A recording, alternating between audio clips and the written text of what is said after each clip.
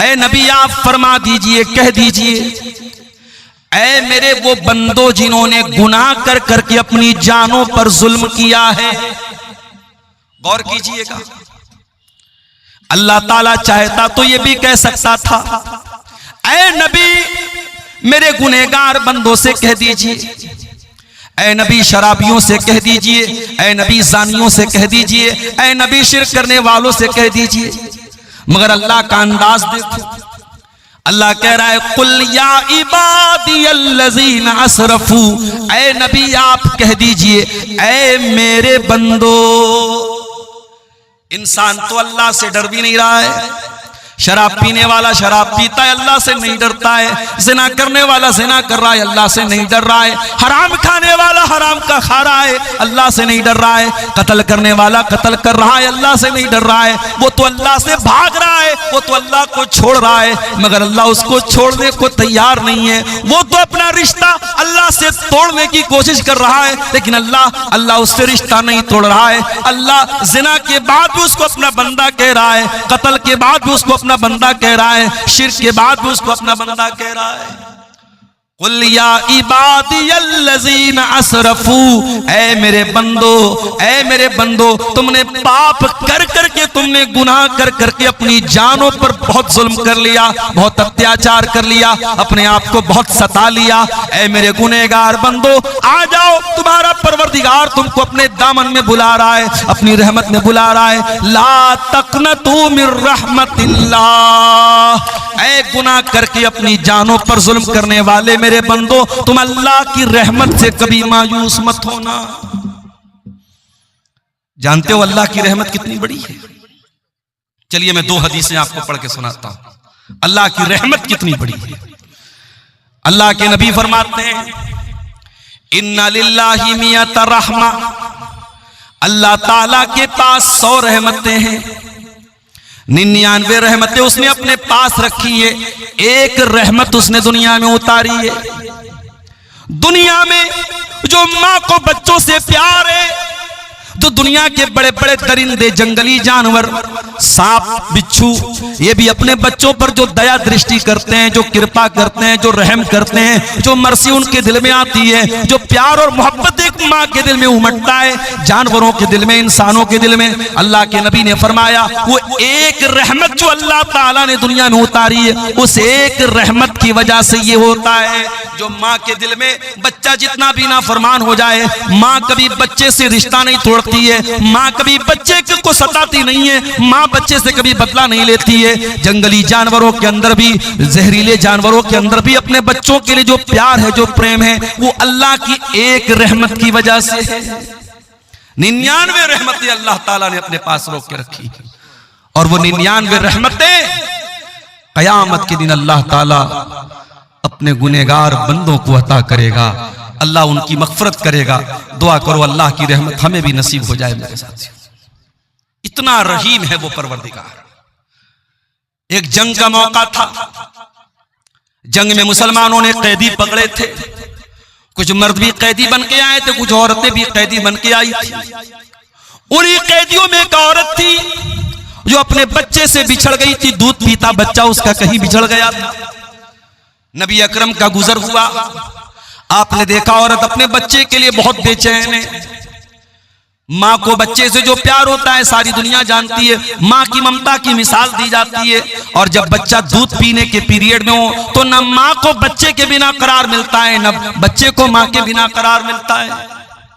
नबी अकरम ने देखा औरत तड़प रही है बच्चे के लिए, दूर कहीं उसको अपना बच्चा नजर आ गया, औरत दौड़कर अपने बच्चे के पास जाती है, अपने बच्चे को सीने से लगा लेती है, अपने बच्चे को दूध पिलाने लगती है। बच्चा जब माँ के सीने में आता है, बच्चा रोते रोते खामोश हो जाता है, माँ के दिल को भी करार मिल जाता है। नबी अकरम ने फरमाया, ऐ मेरे सहाबा, क्या बताओ ये माँ जो अपने बच्चे से इतना प्यार करती है, क्या अपने बच्चे को आग में डालना चाहेगी? सहाबा ने कहा, अल्लाह के नबी ऐसा तो कभी नहीं हो सकता, माँ तो अपने बच्चे से बहुत प्यार करती है, माँ अपने बच्चे को कभी आग में नहीं डालेगी। आपने फरमाया लल्लाहु अरहमु बिइबादिही मिन हाज़िहिल मरातिबि वलदिहा। ऐ मेरे सहाबा, इस औरत को अपने बच्चे से जो प्यार है, इस औरत को अपने बच्चे से जो प्रेम और मोहब्बत है, उससे कहीं ज्यादा मोहब्बत अल्लाह ताला अपने बंदों से करता है। अल्लाह अपने बंदों को जहन्नम की आग में डालना नहीं चाहता है, लेकिन बंदे अल्लाह की इतनी नाफरमानियां करते हैं, शिर्क करते हैं, कत्ल करते हैं, जिना करते हैं और फिर तौबा भी नहीं करते हैं, इसलिए अल्लाह ताला जहन्नम की आग में डालेगा। वरना अल्लाह ताला तो बहुत रहीम है, अपने बंदों को जहन्नम की आग में वो नहीं डालना चाहता। कुरान की आयत सूरह ज़ुमर की आयत नंबर 53 हमें यह बता रही है कि अल्लाह कितना रहीम है मेरे प्यारे साथियों। इसीलिए इस्लाम हमको सिखाता है हम अल्लाह की रहमत से कभी मायूस न हो। इब्राहीम अलैहिस्सलाम के पास फरिश्ते आते हैं और आकर के कहते हैं, इब्राहीम आपको बेटा होने वाला है। उन्होंने कहा मुझे बेटा होगा, 80 साल की उम्र हो चुकी है, बुढ़ापे में मुझे बेटा होगा। फरिश्तों ने कहा कि हाँ आपको बेटा होगा और इब्राहीम आप अल्लाह की रहमत से मायूस न हो। इब्राहीम अलैहिस्सलाम ने जवाब दिया, वमन यक़नतु मिन रहमति रब्बिही इल्ला ज़ाल्लून। ऐ फरिश्तों कैसी बात कर रहे हो, अल्लाह की रहमत से तो वही लोग मायूस होते हैं जो गुमराह होते हैं, जो भटक जाते हैं। ईमान वाला कभी अल्लाह से मायूस नहीं होता है। याकूब अलैहिस्सलाम को देखो, याकूब अलैहिस्सलाम एक बेटा जिसका नाम यूसुफ था, वो बेटा बचपन में भाइयों की साजिश से गायब हो जाता है। फिर दूसरा बेटा, भाई लोग आके कहते हैं कि अब्बाजान आपके बेटे को अजीज मिस्र ने रोक लिया है। हजरत याकूब अलैहिस्सलाम समझ जाते हैं कि ये भी कोई प्लानिंग है। कहते हैं इज़हबू, ऐ मेरे बच्चों जाओ, फतहस्ससू मिन यूसुफ व अखी, और जा करके यूसुफ को तलाश करो और यूसुफ के भाई को तलाश करो। वला तयअसू मिन रौहिल्लाह, और अल्लाह की रहमत से मायूस मत हो। इन्नहू ला ययअसू मिन रौहिल्लाहि इल्लल कौमुल काफिरून। फरमाया अल्लाह की रहमत से वही लोग मायूस होते हैं जो काफिर होते हैं, मोमिन कभी अल्लाह की रहमत से मायूस नहीं होता। इसीलिए जो कुरान का तरीका है वो अल्लाह के अजाब का डर भी हमारे दिल में होना चाहिए और अल्लाह की रहमत की उम्मीद भी हमारे दिल में होनी चाहिए। इसीलिए पांचों टाइम की नमाज में जब हम सूरह फातिहा पढ़ते हैं तो हम अल्लाह ताला के अजाब को भी याद करते हैं, उसकी रहमत को भी याद करते हैं। हम कहते हैं अल्हम्दुलिल्लाहि रब्बिल आलमीन अर्रहमानिर रहीम मालिकी यौमिद्दीन। तमाम तारीफ़ें उस अल्लाह के लिए हैं जो सारी कायनात का रब है, जो बहुत मेहरबान है, बहुत रहम वाला है और बदले के दिन का मालिक है। वो डे ऑफ जस्टिस का मालिक है, वो इंसाफ के दिन का मालिक है। वो इंसाफ भी करेगा, वो बंदों को उनके अमाल का बदला भी देगा। हमें अल्लाह के अजाब का डर भी होना चाहिए और उसकी रहमत की उम्मीद भी होनी चाहिए। इसीलिए रहमानिर रहीम भी कहा गया और मालिकी यौमिद्दीन भी कहा गया।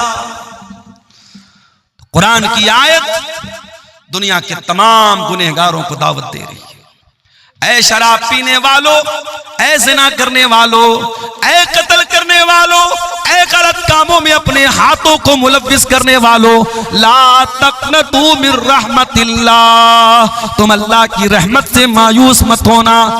लोग कहते हैं सुबह का भूला शाम को लौट जाए, उसे भूला नहीं कहते, लेकिन दुनिया वाले फिर भी माफ नहीं करते हैं। शराबी अगर सुधर भी जाए तो ताना मारने वाले ताना मार देते हैं, अरे ये तो पहले शराब पिया करता था। कोई बुरा इंसान नेक बन जाए, दुनिया वाले कभी न कभी ताना मार देते हैं, अरे तुम्हारे पहले की जिंदगी क्या हमें मालूम नहीं है, तुम पहले कैसे थे। उसके माजी को याद दिला दिला करके, उसकी पिछली जिंदगी को याद दिला दिला करके लोग ताना मारते हैं। मगर ऐ अल्लाह, तू कैसा करीम है, तू कैसा रहीम है, तू क्या ऐलान कर रहा है। फरमाया मेरे बंदो इन्नल्लाह यगफिरुज़्ज़ुनूब जमीआ, तुम सच्ची तौबा तो कर लो, तुम अल्लाह से माफी तो मांग लो, तुम अल्लाह के सामने अपने आंसुओं को बहा तो लो, तुम अल्लाह के सामने गिड़गिड़ा तो लो। अल्लाह तुम्हारे तमाम गुनाहों को माफ करने को तैयार है। अल्लाह एक बार भी पलट के पिछले गुनाहों का तुमसे कोई हिसाबो किताब ना लेगा, एक बार पलट करके तुम्हारी पिछली जिंदगी का नाम भी ना लेगा।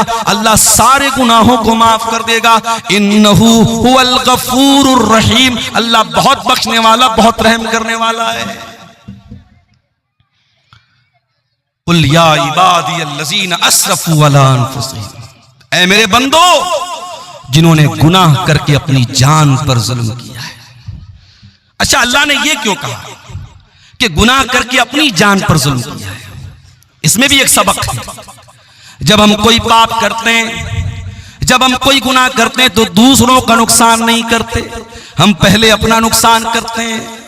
दुनिया का हर गुनहगार, दुनिया का हर पापी, दुनिया का हर गलत काम करने वाला सबसे पहले अपने आप को नुकसान पहुंचाता है। गुनाहों का असर उसकी अपनी जिंदगी पर भी पड़ता है।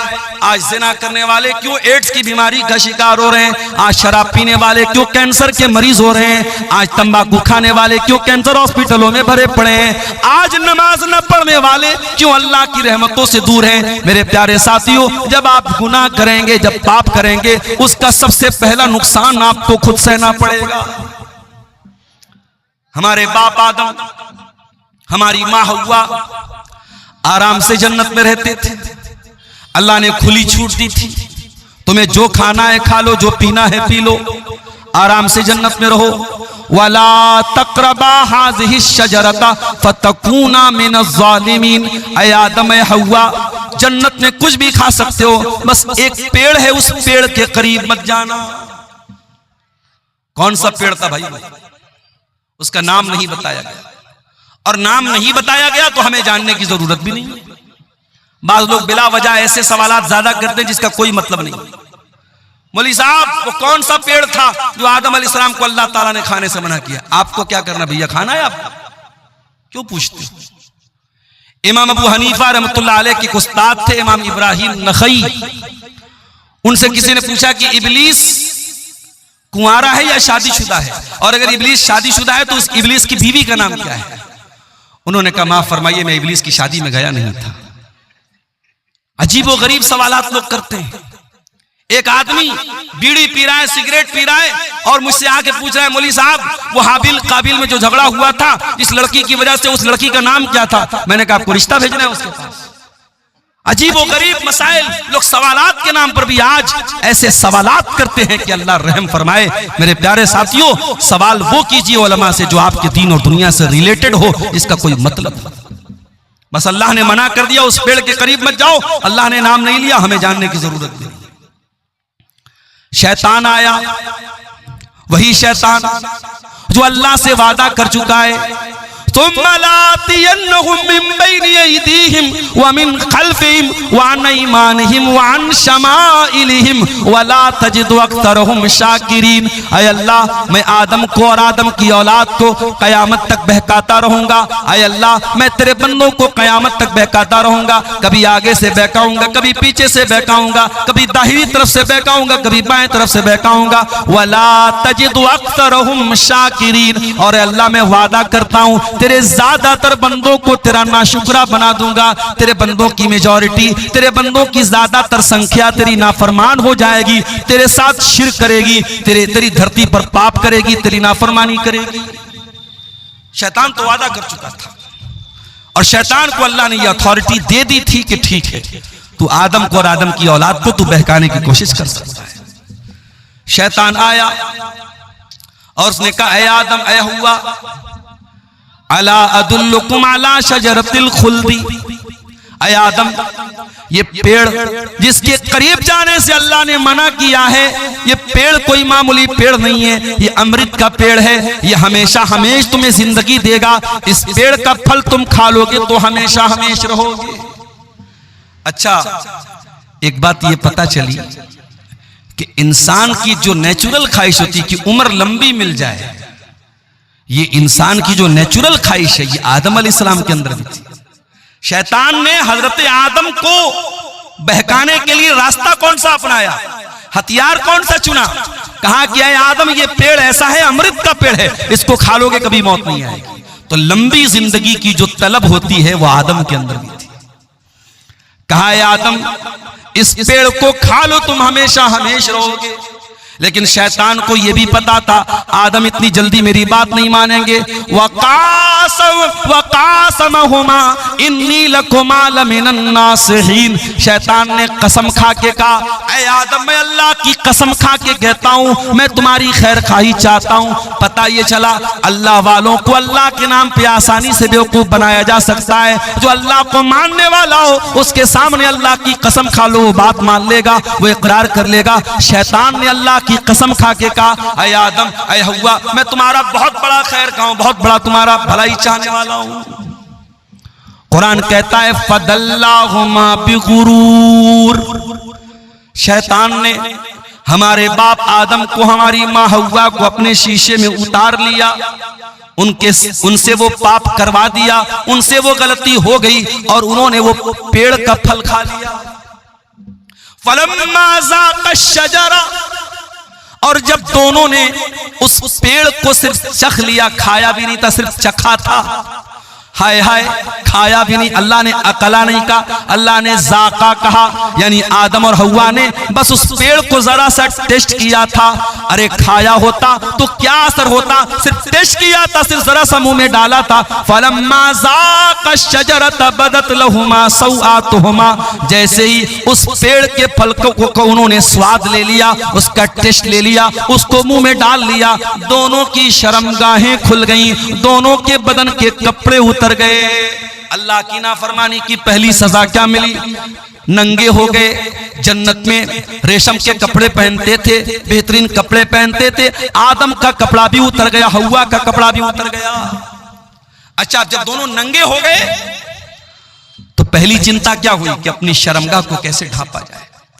कुरान कहता है बदत लहुमा सौआतुहुमा वतफिका यक्सिफानी अलैहिमा मिन वरक़िल जन्ना, और आदम और हव्वा दोनों जन्नत के पत्तों से अपनी शर्मगाह को ढांपने लगे। उन्हें नंगा रहना पसंद नहीं था, उन्हें शर्मगाह का खुला रहना पसंद नहीं था।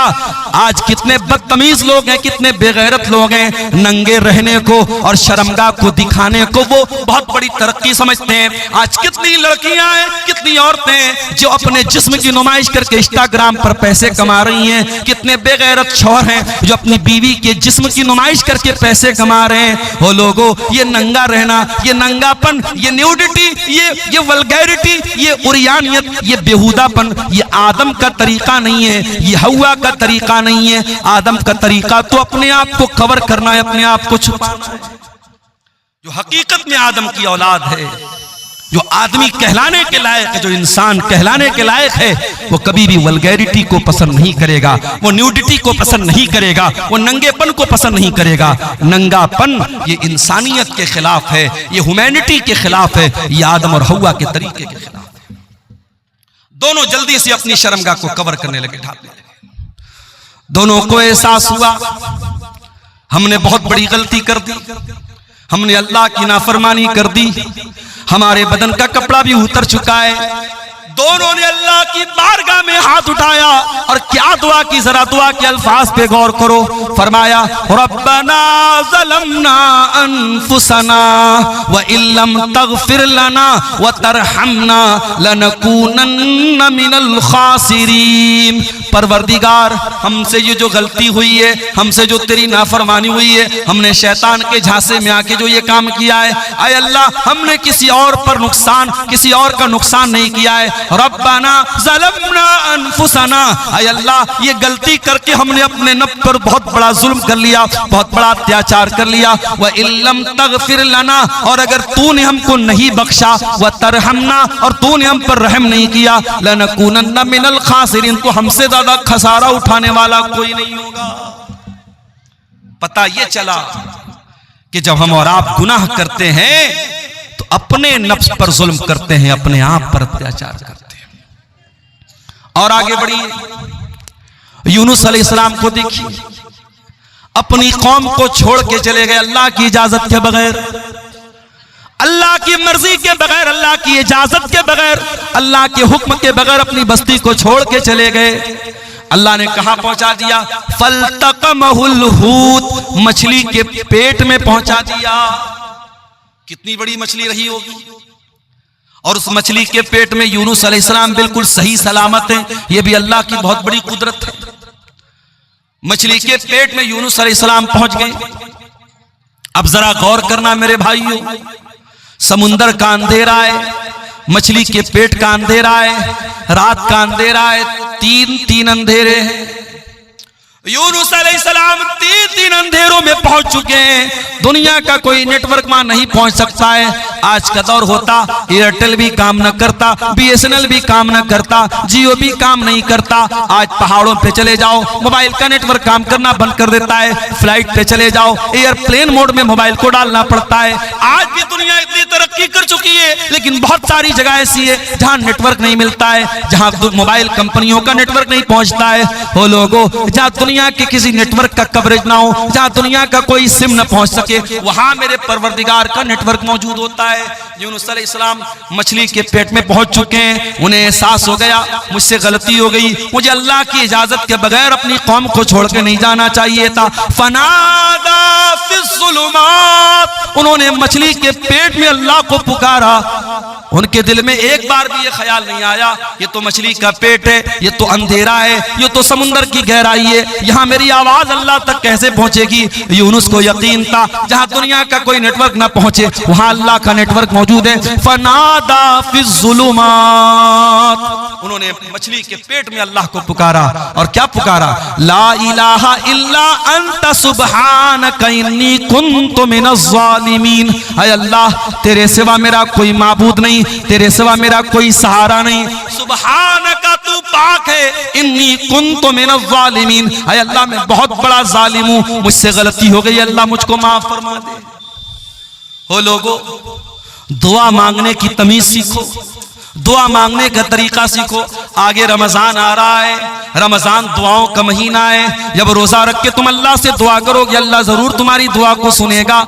इसलिए कि अल्लाह कुरान में जहां रमजान का जिक्र करता है, जहां रोजे का जिक्र करता है, वहीं अल्लाह ये भी कहता है वइज़ा सालका इबादी अन्नी फइन्नी करीब। ऐ मेरे नबी, जब मेरे बंदे आपसे मेरे बारे में सवाल करें तो जवाब दे दीजिए मैं करीब हूँ। उजीबु दावतद दाई, मैं दुआ करने वालों की दुआओं को सुनता हूँ। शर्त ये फलयस्तजीबू ली वलयुमिनू बी, बंदे मेरी बात तो माने, बंदे मेरे ऊपर ईमान तो ले आए। अगर आप अल्लाह की बात मानेंगे, अल्लाह पर ईमान लाएंगे, अल्लाह आपकी हर दुआ सुनने को तैयार है। हमें दुआ मांगने का तरीका ही नहीं आता मेरे साथी। यूनुस ने अल्लाह से कितनी प्यारी दुआ मांगी, इसीलिए अल्लाह के नबी फरमाते हैं दावतो ज़िन्नून, मछली वाले नबी की दुआ जब मुसलमान किसी मुसीबत में पड़ता है तो अल्लाह ताला जरूर उसकी मुसीबत को दूर करेगा। ये बहुत प्यारी दुआ है। ला इलाहा इल्ला अंत सुब्हानका इन्नी कुन्तु मिनज़ ज़ालिमीन, ऐ अल्लाह तेरे सिवा मेरा कोई माबूद नहीं है, तू पाक है, मैं जालिम हूँ। जरा इस दुआ के अंदर भी गौर करो, बंदा अपने आप को जालिम कह रहा है। इसका मतलब ये हुआ कि जब भी हम कोई गुनाह करते हैं तो पहले अपना नुकसान करते हैं। और ये बात याद रखो मेरे साथ, आपके गुनाहों की सजा आपके बच्चे भी भुगत रहे हैं, हमारे गुनाहों की सजा हमारा परिवार भी भुगतता है। हम कोई पाप करते हैं उसका असर हमारे बच्चों पर भी पड़ता है, हमारी बीवी पर भी पड़ता है, हमारे परिवार पर भी पड़ता है, हमारी पूरी जिंदगी पर पड़ता है। इसीलिए अल्लाह कुरान में कहता है वमन आरज़ा अन ज़िक्री फ़इन्न लहू मईशतन ज़नका, जो मेरे जिक्र से मुंह मोड़ेगा, जो मेरी नाफरमानी करेगा, जो मेरी शरीयत को छोड़ देगा, हम उसकी जिंदगी को परेशानी वाली जिंदगी बना देंगे। व नहशुरुहु यौमल क़ियामति आमा, और क़यामत के दिन उसको अंधा बना करके उठाएंगे। गुनाहों का असर हमारी लाइफ पर भी पड़ता है मेरे प्यारे साथियों, हमारी तंदुरुस्ती पर भी पड़ता है। इसीलिए अल्लाह कह रहा है कुल या इबादियल्लज़ीना असरफू, ऐ नबी आप कह दीजिए ऐ मेरे वो बंदो जिन्होंने पाप कर करके, गुनाह कर करके अपनी जानों पर जुल्म किया है। एक इंसान था, बहुत गुनहगार था। अल्लाह के नबी फरमाते लम यामल खैरन क़त, उसने कभी कोई नेकी का काम नहीं किया था। मरने का टाइम आया, सारे बच्चों को बुलाया, ऐ मेरे बच्चों मैं बहुत बड़ा गुनहगार हूं, मैंने दुनिया में कभी कोई नेकी का काम नहीं किया है।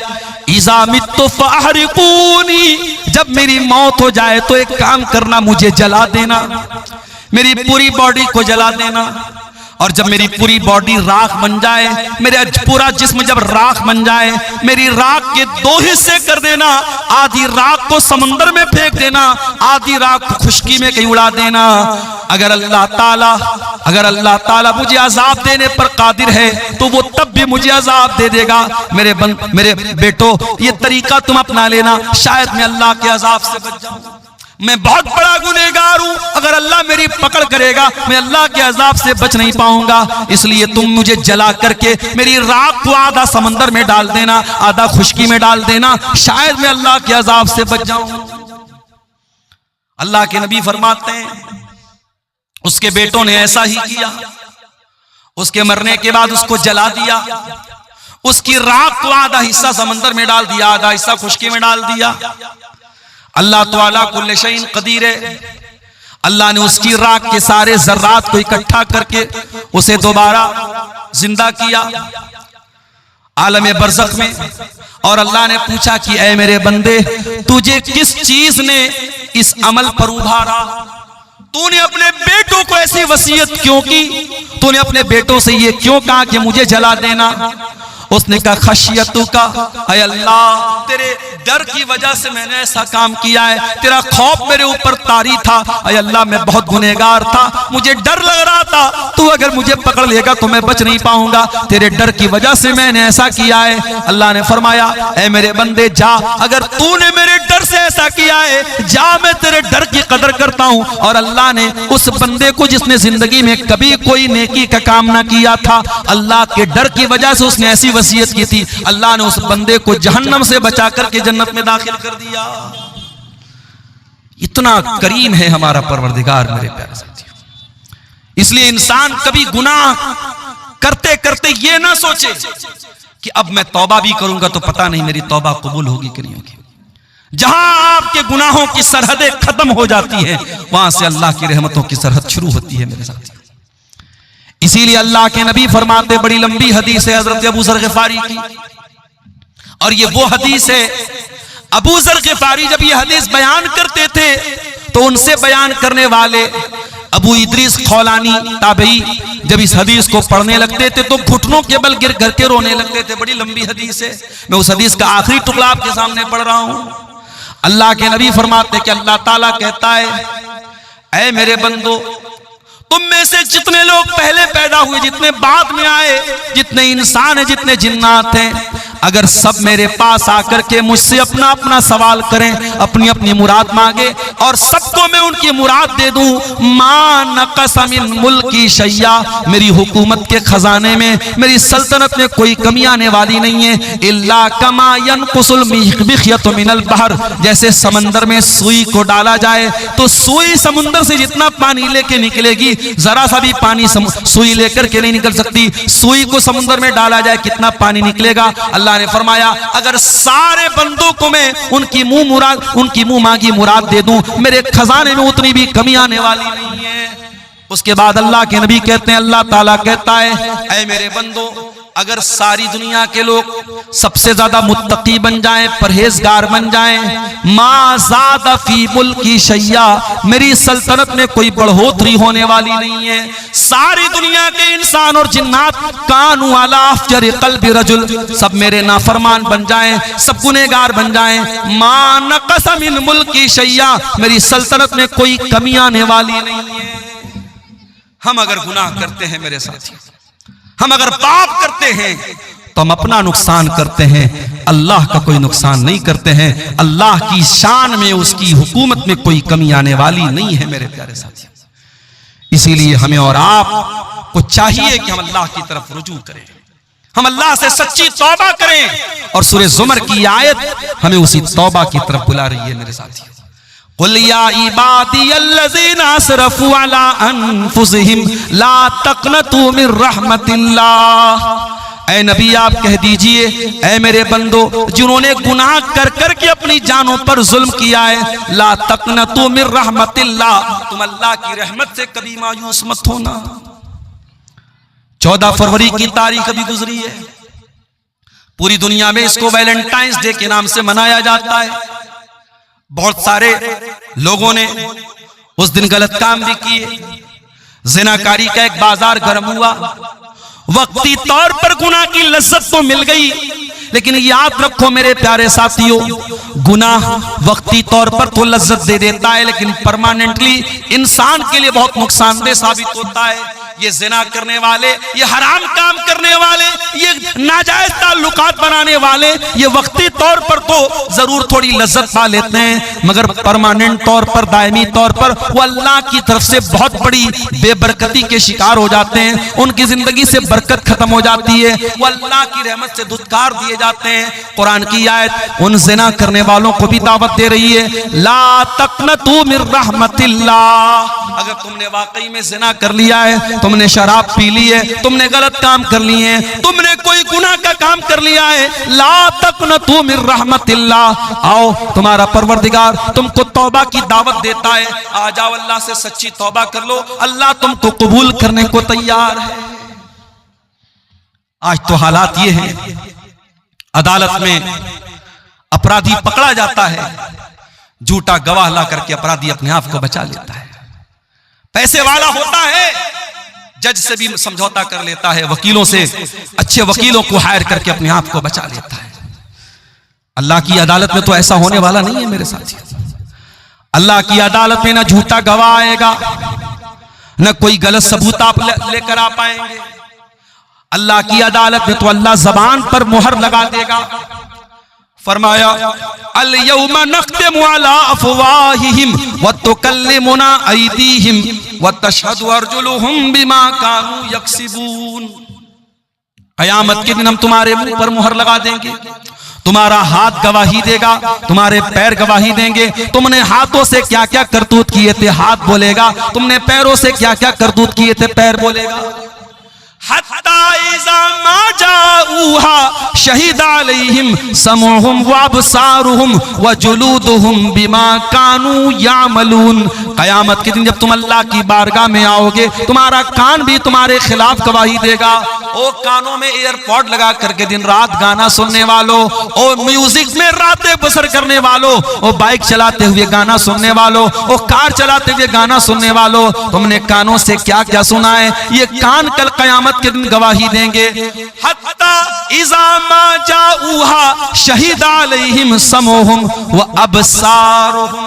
और फेसबुक की रील्स और इंस्टाग्राम के वीडियोस पर अपना टाइम बर्बाद करने वाले मेरे नौजवानों, अपनी आंखों से गंदी चीजें देखने वाले मेरे नौजवान साथियों, ये आंखें भी कयामत के दिन बोलेंगी, ये आंखें भी गवाही देंगी। और एक बात मैं बोलना चाहूंगा मेरे साथियों, क्योंकि रमजान अब सिर्फ 2 दिन की दूरी पर हमसे, हो सके तो 1 महीना के लिए ये रील्स की दुनिया से अपने आप को बाहर निकाल दो।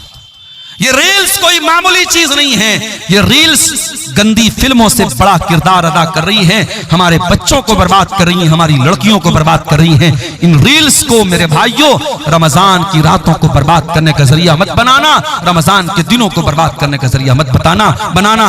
नेकी का मौसम आ रहा है, नेकी का महीना आ रहा है, हो सके तो कम से कम 1 महीना फेसबुक और इंस्टाग्राम को छोड़ देना, रील्स को छोड़ देना। और अगर नहीं छोड़ते हो तो याद रखो, ये आंखें भी कयामत के दिन गवाही देगी और ये चमड़ी भी गवाही देगी। वक़ालू लिजुलूदिहिम लिमा शहिदतुम अलैना। और इंसान बोलेगा अपनी चमड़ी से कि तू कैसे गवाही दे रही है, तू कैसे बोल रही है। क़ालू अंतक़नल्लाहु अल्लज़ी अंतक़ कुल्ल शै। इंसान की चमड़ी कहेगी कि अल्लाह ने हमको बोलना सिखाया है, इसलिए आज हम बोल रहे हैं। तो दुनिया में हमारे झूठे गवाह हमें बचा लेंगे, मगर अल्लाह की अदालत में कोई झूठा गवाह नहीं होगा। वहां कान गवाही देगा, वहां आंखें गवाही देंगी, वहां हाथ गवाही देंगे, वहां पैर गवाही देंगे। इसलिए मेरे प्यारे साथियों, इससे पहले कि अल्लाह की अदालत में हमारा केस जाए, हम दुनिया में अल्लाह से सच्ची तौबा कर लें, हम अल्लाह के सामने माफी मांग लें। नबी अकरम के पास एक सहाबी आए, उनका नाम था माइस बिन मालिक असलमी। उन्होंने अल्लाह के नबी के पास आके कहा, अय अल्लाह के नबी, इन्नी असब्तु ज़िना, मैंने ज़िना कर लिया है, मैं शादीशुदा इंसान हूं, मुझसे ज़िना हो गया है। मुझे मालूम है शादीशुदा की इस्लाम में जिना करने की क्या सजा है। ऐ अल्लाह के नबी, मैं आखिरत में जिना की सजा नहीं पाना चाहता हूँ, मुझे दुनिया में सजा दे दीजिए, मुझे पत्थरों से मार मार के खत्म कर दीजिए, मुझे रज्म कर दीजिए। मैं दुनिया की सजा झेलने को तैयार हूँ, मैं आखिरत में ये सजा नहीं झेलना चाहता हूँ। नबी अकरम ने अपने सहाबा से कहा, जरा पता लगाओ इन्होंने शराब तो नहीं पी है। सहाबा ने मुंह सूंघा, ऐ अल्लाह के नबी शराब के नशे में नहीं है। फिर आपने पता लगाओ इनका दिमाग तो नहीं खराब हो गया है, इनको पागलपन का दौरा तो नहीं आ रहा है। सहाबा ने तहकीक करके बताया, ऐ अल्लाह के नबी दिमाग भी बिल्कुल ठीक ठाक है। आपने फरमाया अच्छा जाओ बाद में आना। नबी ने एक मौका और दे दिया। कुछ दिनों के बाद माइस बिन मालिक अस्लमी फिर आते हैं, ऐ अल्लाह के नबी मुझे जिना की सजा दे दीजिए, मैंने बहुत बड़ा पाप कर लिया है। आपने फरमाया जमीन में गड्ढा खोदो। गड्ढा खोदा गया, माइस का आधा धड़ गड्ढे में डाला गया, आधा धड़ बाहर रखा गया और पत्थरों से मार मार के माइस बिन मालिक अस्लमी को कत्ल किया गया। उनको जिना की सजा दी गई, उनको रज्म किया गया, उनको मार दिया गया। जब माइस को यह सजा दी गई, आपने उनके मरने के बाद कहा इनको कफनाया जाए, मैं इनका जनाजा पढ़ाऊंगा। हजरत उमर फारूक ने कहा अल्लाह के नबी कैसी बात कर रहे हैं, एक जानी का जनाजा आप पढ़ाएंगे, एक जिना करने वाले के जनाजे की नमाज आप पढ़ाएंगे। आपने फरमाया लक़द ताब तौबतन लौ ताबहा सबऊन मिन अहलिल मदीनति लवसियतहुम। ऐ उमर तुम्हें क्या मालूम ये इसने कितनी सच्ची तौबा की है। ऐ उमर ये चाहता तो अपने आप को बचा सकता था, कौन जानता था इसने जिना किया है। इसने आकर के मेरे पास सच्ची तौबा की है, इसने आकर के अपने गुनाह का इकरार किया है। ऐ उमर इसने इतनी सच्ची तौबा की है, अगर मदीना के 70 गुनहगार भी ऐसी तौबा कर लेते तो अल्लाह 70 गुनहगारों को माफ कर देता। नबी ने जनाजे की नमाज पढ़ाई और इस वाक़े के कुछ ही दिनों के बाद अल्लाह के रसूल के पास एक औरत आती है। उस औरत का नाम तो नहीं मालूम, लेकिन वो कबीले गामिद की औरत थी, गामिदिया, उसको हदीसों में गामिदिया का नाम आया है। गामिदिया औरत आती है और वो आकर के कहती है अल्लाह के नबी मुझे पाक कर दीजिए, मैंने भी ज़िना किया है। और बाज़ उलमा ने लिखा कि माइस बिन मालिक अस्लमी ने इसी के साथ ज़िना किया था, वल्लाहु आलम, इसका कोई प्रूफ नहीं है। उसने आकर के कहा अल्लाह के नबी मुझे ज़िना की सजा दे दीजिए। आपने उसको टालने की कोशिश की। उसने कहा अल्लाह के नबी आप मुझे टालना चाहते हैं जैसे आप माइस बिन मालिक को टालना चाहते थे। ऐ अल्लाह के रसूल इन्नी लहुबला, मैं हमल से हूँ, मैं पेट से हूँ, मेरे पेट में बच्चा भी है, वलदुज़ ज़िना भी है। ऐ अल्लाह के नबी मैं वाकई में ये पाप मैंने किया है, मुझको आप ज़िना की सजा दे दीजिए। नबी अकरम ने कहा अगर वाकई में तुम हमल से हो तो जाओ, जब बच्चे की डिलीवरी हो जाए, जब बच्चा पैदा हो जाए तब तुम मेरे पास आना। यहाँ अपराधी अपने आप को बचाता है, यहाँ अपराधी खुद चल के आया है और अल्लाह के नबी उसको बचने का मौका दे रहे हैं। 9 महीने का टाइम आपने दे दिया। 9 महीने के बाद जब बच्चा पैदा हो गया, वो औरत अपने बच्चे को गोद में लेकर के आती है। ऐ अल्लाह के नबी मैं वही औरत हूँ, गामिदिया, बच्चा पैदा हो चुका है, ये बच्चा ले लीजिए और मुझको ज़िना की सजा दे दीजिए। आपने फरमाया नहीं नहीं, बच्चा अभी बहुत छोटा है, अभी माँ के दूध के बिना ये बच्चा नहीं रह पाएगा। जब तक ये माँ का दूध पी रहा है तुमको सजा नहीं मिलेगी। जाओ, जब बच्चा दूध छोड़ देगा, जब रोटी खाने लगेगा तब तुम मेरे पास आना। 2 साल का टाइम आपने और दे दिया। जरा गौर करो मेरे प्यारे साथियों, 2 साल लंबा टाइम होता है। शायद सहाबा भी उस औरत को भूल चुके हैं, शायद अल्लाह के नबी भी भूल चुके हैं, शायद किसी को उस औरत के बारे में कुछ याद भी नहीं है। 2 साल के बाद सहाबे किराम के साथ अल्लाह के नबी बैठे हैं। एक औरत आती है, उसके हाथ में छोटा बच्चा है और बच्चे के हाथ में रोटी का टुकड़ा है। ऐ अल्लाह के रसूल मैं वही गामिदी औरत हूँ, मेरा बच्चा रोटी खाने लगा है, दूध छोड़ चुका है। ऐ अल्लाह के नबी अब देर न कीजिए, मैंने जो पाप किया था उस पाप का बोझ में अपने सीने पर महसूस कर रही हूँ। ऐ अल्लाह के नबी मुझे ज़िना की सजा दुनिया में दे दीजिए, मैं आखिरत की सजा झेल नहीं पाऊंगी। तहिरनी या रसूल अल्लाह, ऐ अल्लाह के नबी मुझे पाक कर दीजिए। आपने बच्चा एक मुसलमान के हवाले किया, औरत को गड्ढा खोद के गड्ढे में डाला गया, पूरे बदन को कस करके चादर से लपेटा गया ताकि बेपर्दगी ना हो।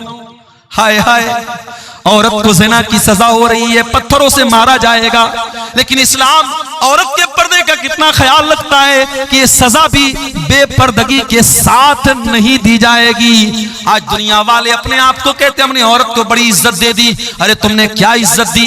अमेरिका का वो आदमी जिसका नाम जेफरी एप्स्टीन है, जिसके नंगेपन की फिल्में आज दुनिया के सामने आ रही हैं, जो 6 साल से लेकर के 14 साल तक की बच्चियों के साथ रेप किया करता था। बाकायदा उसका एक आइलैंड था अमेरिका में, और उस आइलैंड पर वो 6 साल से लेकर के 14 साल तक की बच्चियों को किडनैप करता था, उनके साथ दरिंदगी करता था, उनको नोचता था, उनके साथ जिना करता था।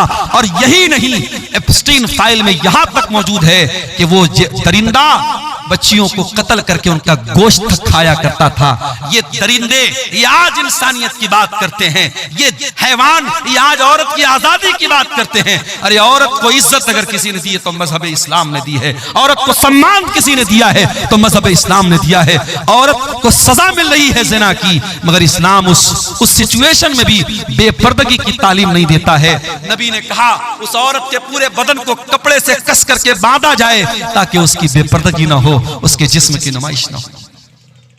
पत्थरों से मारा जाने लगा, औरत का कपड़ा खून से लथपथ हो गया। थोड़ी देर के बाद उस औरत का इंतकाल हो गया। जब उसके ऊपर पत्थर मारा जा रहा था, उसके खून के कुछ छींटे हजरत खालिद बिन वलीद के कपड़े पर पड़ गए। खालिद बिन वलीद का सफेद कपड़ा, उस पर उस औरत के खून के छींटे पड़ गए। खालिद बिन वलीद की जबान से कुछ नाज़ेबा कलमात निकल गए, कुछ गलत चीजें निकल गई। पता नहीं कैसी गंदी औरत का खून मेरे कपड़े पर पड़ गया, इस तरीके का कोई जुमला उनकी जुबान से निकल गया। नबी ने फरमाया महलन या खालिद, ऐ खालिद खबरदार, अपनी जबान को लगाम दो। लक़द ताबत तौबतन लौ ताबहा साहिब मुक्सिन लगोफिर लहू। ऐ खालिद, इस औरत ने इतनी सच्ची तौबा की है, अगर कोई डाकू, कोई डाका डालने वाला भी अगर तौबा करता तो अल्लाह ताला उसकी तौबा को कबूल कर लेता। मेरे प्यारे साथियों, उसके बाद अल्लाह के नबी ने उस औरत की भी जनाजे की नमाज पढ़ाई है। इसको तौबा कहते हैं। मेरे प्यारे साथियों, जब गुनहगार अपने गुनाहों के एहसास के बोझ के तले दब जाए और अल्लाह से अपनी गुनाहों की माफी मांगे, इसको तौबा कहते हैं। तौबा कोई खिलवाड़ नहीं है मेरे प्यारे साथियों, तौबा कोई मजाक नहीं है।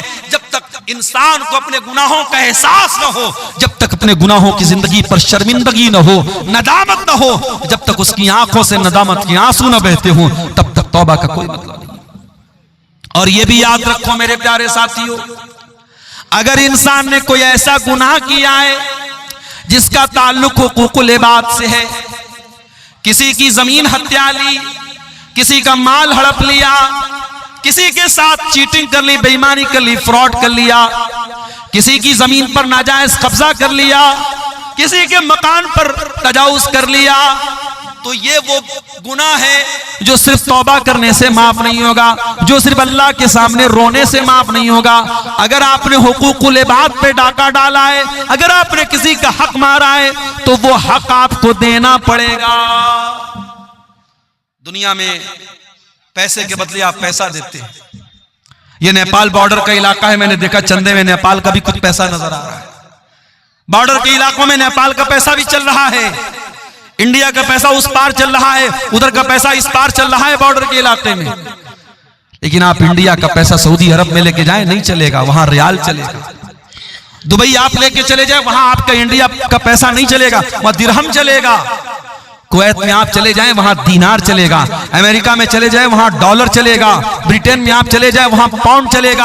आप दुनिया के मुख्तलिफ मुल्कों में चले जाएं, वहां उनकी करेंसी चलती है। मेरे प्यारे साथियों, आखिरत में जब मरने के बाद हम अल्लाह के यहाँ जाएंगे तो वहां दुनिया का माल और दुनिया की दौलत और दुनिया की करेंसी नहीं चलेगी, वहां करेंसी चेंज हो जाएगी। अगर दुनिया में हमने किसी का माल हड़पा है, किसी की जमीन हड़पी है, किसी बहन बेटी के साथ हमने ज्यादती की है और उसका हक मारा है, तो कयामत के दिन हमें अपनी नेकियों से हाथ धोना पड़ेगा। कोई हमारी नमाज लेके चला जाएगा, कोई रोजा लेके चला जाएगा, कोई तरावी लेके चला जाएगा, कोई हज लेके चला जाएगा, कोई उम्रा लेके चला जाएगा, और उसके बाद भी अगर हकदार खड़े होंगे, अल्लाह के नबी फरमाते हैं सुम्मा उखिज़ मिन सय्यिआतिहिम, फिर उनके गुनाहों को लेकर के हमारे नामे आमाल में डाला जाएगा। और इंसान जो दुनिया से नेकी का पहाड़ लेके गया था, अगर हुकूकुल इबाद का मामला गड़बड़ है तो हालत ये हो जाएगी कि गुनाहों से लथपथ होकर के जहन्नम में फेंक दिया जाएगा। इसलिए मेरे प्यारे साथियों, अगर सच्ची तौबा करना चाहते हो हुकूकुल इबाद से, तो दुनिया में हक दे दो, हक दे दो। और अगर किसी को ज़बान से तकलीफ पहुंचाई है तो जाकर के माफी मांग लो, उसके बगैर अल्लाह ताला क्या माफी मिलने वाली नहीं है। मेरे प्यारे साथियों, अल्लाह के प्यारे नबी फरमाते हैं लतुअद्दुन्नल हुकूक इला अहलिहा यौमल क़ियामह, तुम्हें क़यामत के दिन हकदारों को उनका हक देना पड़ेगा। हत्ता युक़ादल शातिल जलहाई मिनश्शातिल करना, यहाँ तक कि अगर बगैर सींग वाली बकरी को सींग वाली बकरी ने मारा है, अगर सींग वाली बकरी ने बगैर सींग वाली बकरी को मारा है तो उसका भी क़िसास लिया जाएगा, उसका भी बदला लिया जाएगा। क़यामत के दिन उसका भी क़िसास लिया जाएगा मेरे साथियों। इसलिए मेरे प्यारे साथियों, अल्लाह से सच्ची तौबा करो। और सूरह ज़ुमर की आयत नंबर 53 हमें उसी की दावत दे रही है। कुल या इबादियल्लज़ीना असरफू, ऐ मेरे वो बंदो जिन्होंने गुनाह कर करके अपनी जानों पर जुल्म किया है, ला तक़नतू मिर रहमतिल्लाह, तुम अल्लाह की रहमत से मायूस न होना। आगे रमजान आ रहा है, अगर आप तौबा करना चाहते हैं, अगर अपनी जिंदगी को चेंज करना चाहते हैं, अपने अंदर परिवर्तन लाना चाहते हैं, रमजान से अच्छा कोई मौका नहीं है। रमजान हमारी जिंदगी में चेंजिंग लाता है। सुबह 4 बजे उठ करके हम आम दिनों में कुछ खाते नहीं है, लेकिन रमजान में उठ करके सहरी खा रहे हैं। दोपहर का खाना हम रोजाना खाते हैं, रमजान में दोपहर का खाना क्या होता है हम भूल जाते हैं। हम दोपहर में कुछ नहीं खाते हैं, हम शाम को 5 बजे इफ्तार कर रहे हैं। रमजान ने हमारे खाने का टाइम चेंज कर दिया, हमारे पान पीने का टाइम चेंज कर दिया, हमारे सोने का टाइम चेंज कर दिया। जो रमजान हमारे खाने पीने सोने का टाइम चेंज कर सकता है, वो रमजान हमारे गुनाहों की दुनिया को भी चेंज कर सकता है। अगर कोई शराब पीता है, आए सच्ची तौबा करे कि इस रमजान से मैं शराब को हाथ नहीं लगाऊंगा। कोई सिगरेट पी रहा है, कोई नशा कर रहा है, कोई जिना कर रहा है, आए और इस रमजान में अल्लाह से सच्ची तौबा करे, अल्लाह अब मैं जिना के करीब नहीं जाऊंगा, मैं शराब के करीब नहीं जाऊंगा, मैं हराम काम के करीब नहीं जाऊंगा। मेरे प्यारे साथियों, रमजान एक बेहतरीन मौका है अल्लाह से सच्ची तौबा करने का।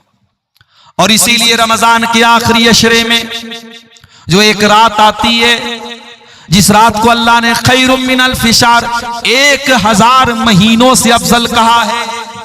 1000 महीना कितना होता है? 84 साल।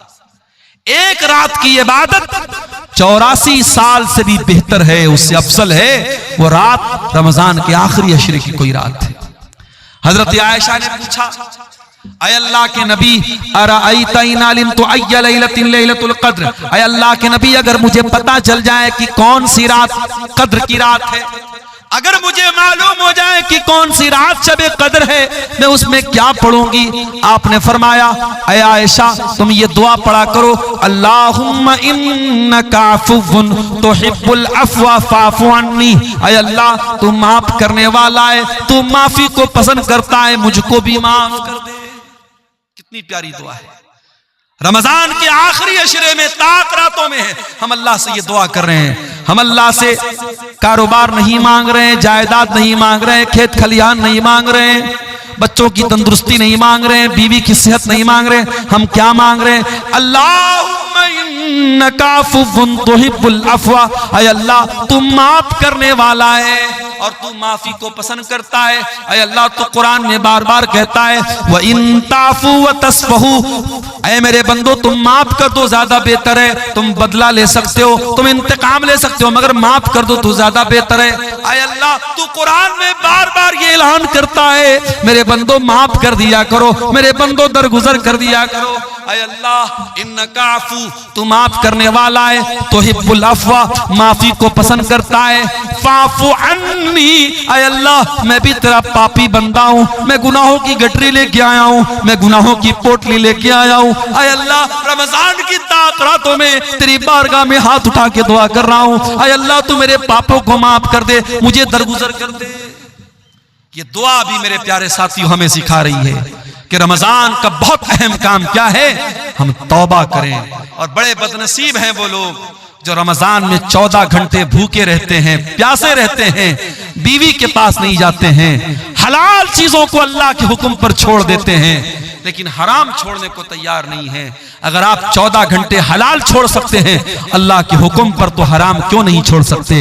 यही तो ट्रेनिंग दे रहा है रमजान, यही तो ट्रेनिंग दे रहा है रोजा, कि अगर आप फजर से लेकर के मगरिब तक खाना हलाल है, पानी हलाल है, बीवी हलाल है, अगर आप हलाल चीजों को छोड़ सकते हैं तो ऐ शराब पीने वाले तू शराब क्यों नहीं छोड़ सकता?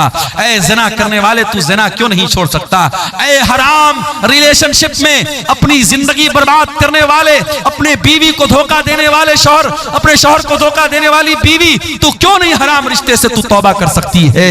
अगर तू अल्लाह के हुक्म पर हलाल को छोड़ सकती है तो हराम को क्यों नहीं छोड़ सकती है? कभी आपने गौर किया है मेरे साथ? हम जब रमजान में रोजा रखते हैं, गर्मी का मौसम होता है, अभी तो फरवरी में रमजान शुरू हो रहा है, हमने तो अप्रैल और मई में भी रमजान देखा है, सख्त गर्मी में भी हमने रमजान का रोजा रखा है। जब गर्मी में रोजा आता है हम क्या करते हैं? सुबह फजर के टाइम हमने सहरी की है, जोहर का टाइम आया, हम मस्जिद में आए, वजू बनाने के लिए हमने पानी मुंह में डाला, कुल्ली के लिए पानी मुंह में डाला, हमने हलक बिल्कुल सूख के कांटा बना है, पानी मुंह में गया है, पानी के 2-4 कतरे अगर हलक के नीचे डाल ले, कौन देखने वाला है? कोई कैमरा तो नहीं लगा है यहाँ पे, हमारे बगल वाले को भी नहीं मालूम होगा कि हम कुल्ली करने के लिए मुंह में पानी डाल रहे, पानी अंदर जा रहा है, उसको भी नहीं पता चलेगा। लेकिन गौर कीजिए वो कौन सी ताकत है मेरे साथियों, पानी मुंह में जा रहा है मगर बाहर आ रहा है, हलक के नीचे आप उतरने नहीं देते हैं। इसी का नाम तकवा है और रमजान यही तकवा हमें सिखाता है। या अय्युहल्लज़ीना आमनू कुतिबा अलैकुमुस्सियामु कमा कुतिबा अलल्लज़ीना मिन क़ब्लिकुम लअल्लकुम तत्तक़ून। ऐ ईमान वालो, ये रमजान तुम्हें तकवा सिखाने के लिए दिया गया है, ये रोजा तुम्हें तकवा सिखा रहा है, ये तकवा की ट्रेनिंग दे रहा है मेरे साथियों। असर का टाइम हो गया, भूख और प्यास के मारे आपका बुरा हाल है, आप अपने कमरे में आते हैं, कमरे में फ्रिज रखा हुआ है, फ्रिज में केला भी है, अनार भी है, अमरूद भी है, सेब भी है, शहद भी रखा हुआ है, तरह तरह की चीजें रखी हुई है। आप अगर कमरा बंद करके 2-4 केले खा ले, कौन पूछने वाला है? 2-4 सेब खा ले, कौन पूछने वाला है? 2-4 चीजें खा ले, कौन पूछने वाला है? ठंडा ठंडा पानी पी ले, कौन पूछने वाला है? लेकिन यही तकवा होता है मेरे प्यारे साथियों। हम उस गर्मी के मौसम में असर के टाइम भी मस्जिद घर में बैठे हैं, लेकिन हम खाने पीने की चीजों को मुंह में नहीं डालते हैं। मेरे अजीजों, मेरे भाइयों, मेरे बुजुर्गों, अगर रमजान हमें ये तकवा सिखाता है तो रमजान हमें तौबा भी सिखाता है। हम अल्लाह से सच्ची तौबा करें। जो नमाज नहीं पढ़ते हैं आए और तौबा करें और इरादा करें कि इस रमजान से 5 टाइम की नमाज की पाबंदी शुरू करेंगे। और ऐसी वैसी पाबंदी नहीं, नमाज से ऐसी पाबंदी नमाज की होनी चाहिए कि एक टाइम की भी नमाज छूटे तो ऐसा लगे कि हाँ जिंदगी में कुछ मिस हो गया, कुछ छूट गया, बगैर नमाज के सुकून न मिले, बगैर नमाज पढ़े नींद ना आए। ऐसा ताल्लुक मेरे प्यारे साथियों नमाज से हमारा हो जाए। और कोशिश ये कीजिए कि रमजान में 5 टाइम की नमाज जमात से पढ़िए, बिला मजबूरी की आप जमात मत छोड़िए। और अजान की आवाज सुनते ही सारा काम बंद, सारी चीजों को पेंडिंग में डाल दीजिए, पहले मस्जिद में आइए और कोशिश कीजिए कि हर नमाज में आप वक्त के पहले मस्जिद में पहुंच जाएं, ताकि जब इमाम अल्लाहु अकबर कह करके नमाज शुरू करे, जब पहली तकबीर हो तो आप पहली तकबीर में शामिल हो जाएं। अल्लाह के प्यारे नबी फरमाते हैं, लौ यअलमुन नासु मा फिन निदाई वस्सफ़िल अव्वल, अगर लोगों को पता चल जाए कि इकामत में शामिल होने का क्या सवाब है और पहली सफ में शामिल होने का क्या सवाब है, तो लोगों को अगर पर्ची डाल के आना पड़े और कुरान अंदाजी करके आना पड़े तो पर्ची डाल करके आएंगे, मगर पहली सफ में जगह पाएंगे। मेरे प्यारे साथियों, रमजान में एक टाइम की नमाज भी न छूटनी पाए, ये हम कोशिश करें। और हम ये भी कोशिश करें कि रमजान की रातें, दिन में तो हम भूखे प्यासे रहते हैं और रात में बैठ करके मोबाइल पर कोई फिल्में देख रहा है, कोई गाने सुन रहा है, कोई चैटिंग कर रहा है, वो हालात हमारे साथ नहीं होने चाहिए। रमजान की रातों को भी हम बचा करके रखें। और खास तौर से जब रमजान का आखिरी अशरा आ जाए, जिसमें ताक रातों में हमें शब कद्र को तलाश करने का हुक्म है। आखिरी अशरे के बारे में हजरत आयशा कहती हैं, जब रमजान का आखिरी अशरा आता था, अल्लाह के नबी पूरी पूरी रात जागते थे, अपने घर वालों को जगाते थे और कमर कस लेते थे। हमारे यहाँ उल्टी बात है, आखिरी अशरा आता है, कोई मार्केटिंग कर रहा है, कोई बीवी का कपड़ा देखने के लिए मार्केट जा रहा है, औरतें मेकअप का सामान लेने के लिए बाजार जा रही हैं। अल्लाह के वास्ते आखिरी अशरे को शॉपिंग का अशरा मत बनाओ, उसे खरीदारी का अशरा न बनाओ मेरे प्यारे साथियों। आखिरी अशरे में कोशिश करो कि हम ज्यादातर अपना टाइम इबादत में गुजारें, और इसीलिए एतिकाफ जैसी इबादत को आखिरी अशरे में सुन्नत करार दिया गया, ताकि आखिरी अशरे में हम अल्लाह को राजी करें। मेरे प्यारे साथियों, सूरह ज़ुमर की वो आयत हमें दावत दे रही है, या इबादियल्लज़ीना अस्रफू अला अनफुसिहिम, ऐ मेरे बंदो, अगर तुमने गुनाह कर करके अपनी जानों पर जुल्म किया है, आओ ला तक़नतू मिर रहमतिल्लाह, तुम अल्लाह की रहमत से मायूस मत हो। इन्नल्लाह यग़फ़िरुज़्ज़ुनूब जमीआ, अल्लाह तुम्हारे सारे पापों को, सारे गुनाहों को माफ कर देगा। इन्नहु हुवल गफूरुर रहीम, अल्लाह बहुत बख्शने वाला, रहम करने वाला है। मेरे अजीजों, ये चंद सवालात हमारे सामने आए हैं, जल्दी जल्दी इनका जवाब भी देख लेते हैं। रोजे की फजीलत पर कहा गया है कि कुछ बयान कर दीजिए। मेरे प्यारे साथियों, रोजे की इससे बढ़ के क्या फजीलत होगी कि जन्नत के 8 दरवाजे हैं, और जन्नत के 8 दरवाजे में एक दरवाजा जिसका नाम बाबुर रैयान है, वो खास रोजेदार के लिए है। और ये भी याद रखिए, रोजा एक सीक्रेट इबादत है। हम जब रोजा रखते हैं, हम हकीकत में रोजा है कि नहीं ये सिर्फ हम जानते हैं, हमारा अल्लाह जानता है। हम चाहे तो रोजा हम ना रखें और बिल्कुल होंठ हमारा सूखा रहे, चेहरा बिल्कुल उतरा रहे और लोगों को देख के लगे कि ये बहुत बड़ा रोजेदार है, तो रोजा मेरे और अल्लाह के बीच का मामला है। इसीलिए अल्लाह के नबी फरमाते हैं, अल्लाह ताला कहता है, अस्सौमु ली व अना अजज़ी बिही, तमाम नेकियों का सवाब मैं 10 गुना से लेकर के 700 गुना तक देता हूं, मगर रोजे का सवाब क्या दूंगा मैं अभी क्लियर नहीं कर रहा हूं, क्योंकि बंदा रोजा मेरे लिए रखता है। यदौ तामहु व शराबहु व शहबतहु मिन अजली, बंदा मेरे लिए खाना छोड़ता है, पानी छोड़ता है, बीवी हलाल है, बीवी के पास नहीं जाता है।